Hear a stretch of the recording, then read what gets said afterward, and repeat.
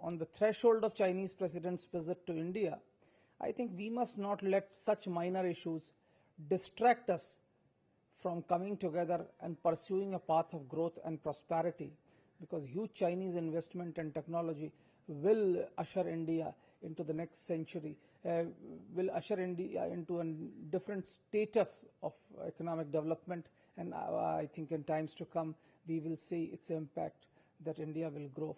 The Indian growth rate, which had actually fallen below 5%, will again catapult. Again, probably we'll be striving for a double-digit growth rate very soon.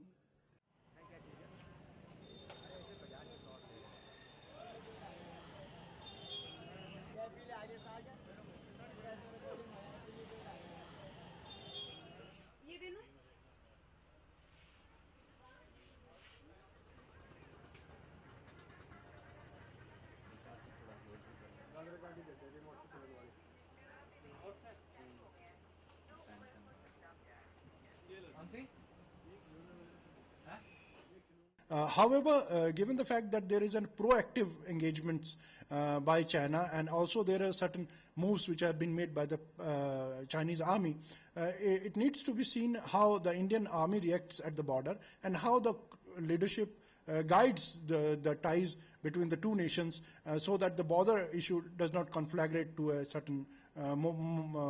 certain extent, and it's kept at the minimum.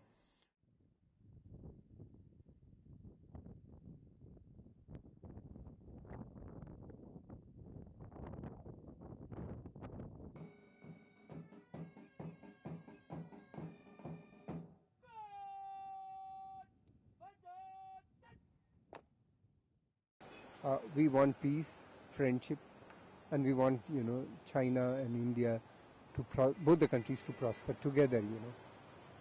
India and China are the two most populous countries of the Asia and the world. For that. So for peace and security of Asia, it is very important to have peace and cooperation with China.